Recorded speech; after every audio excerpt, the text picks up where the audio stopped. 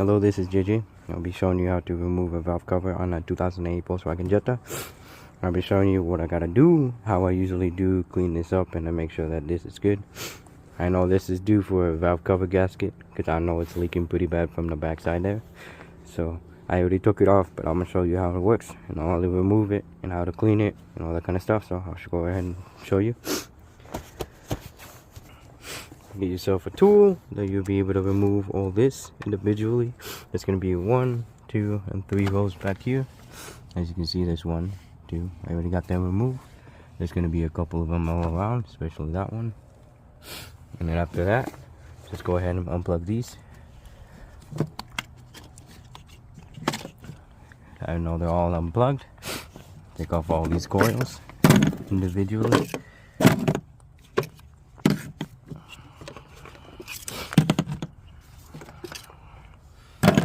Boom.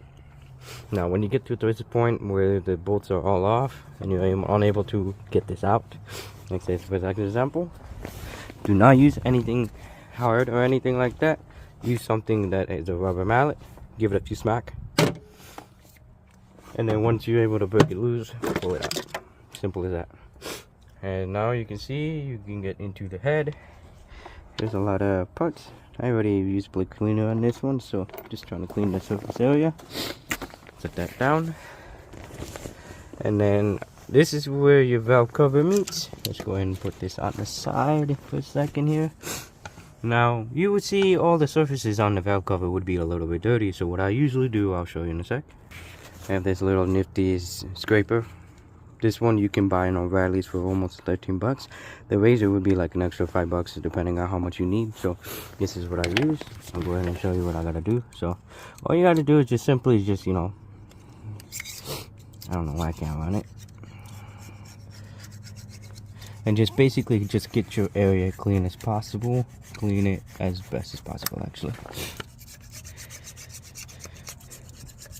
Alright. Something over here. As you can see, I'm already getting all the grimes and dirt off this thing.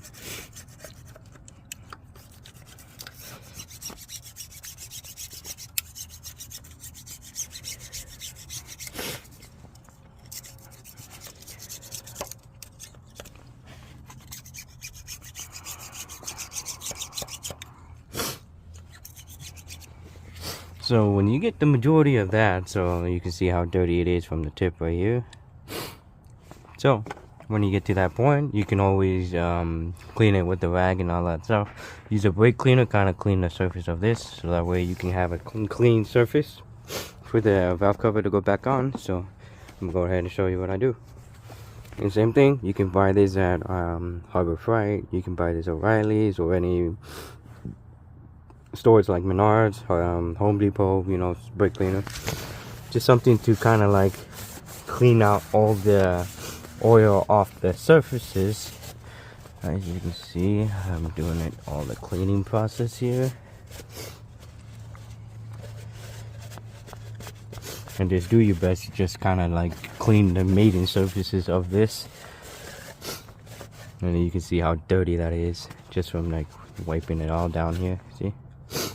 So it's a good thing I'm doing this, making sure that the oil stays contained into the valve cover, stay lubricated. But if it starts to go back there, it'll start burning off here, give off its bad smell.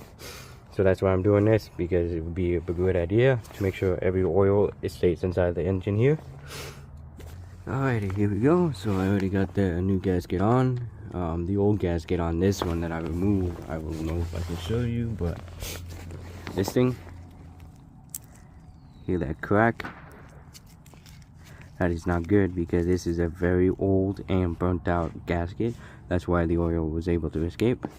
That's the old black one. Now this is the new orange one that I got from O'Reilly's. This one is the brand new one. As you can tell, it's very rubbery, and hopefully this will contain the oil for a while until you would have to replace it every 100,000 miles, or if it starts leaking again. But I'm gonna go ahead and slap it onto the valve cover and show you what I gotta do.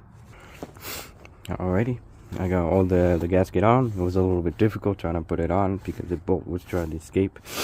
So what I usually do, I just shove it right past the gasket so that way it'll hold it in place.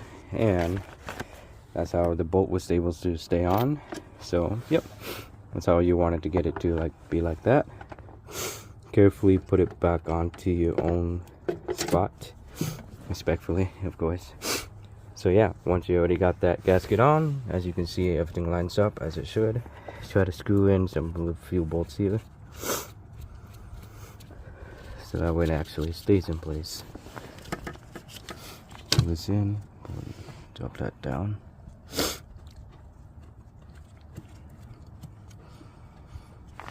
So yeah, what I usually do when it comes to this valve covers, instead of doing it like in a circle pattern, do it like in a car pattern kind of thing. But essentially what you're gonna do is just go here, here, here, here, here, and then here. Just kind of like a complicated star pattern. So I'll show you. Here, here, here, here, here, here, here, here, here, here, here, you know, stuff like that. I don't know how Volkswagen does it, but that's the way you're supposed to, so that way it all evenly go down instead of like doing the circles and it gets uneven. So if it gets warped, oil will come out on this area or on the other side, so stuff like that. That's why it's always important to make sure you put it down in torque specs, and you'll be able to do it in a pattern that where they want it to be.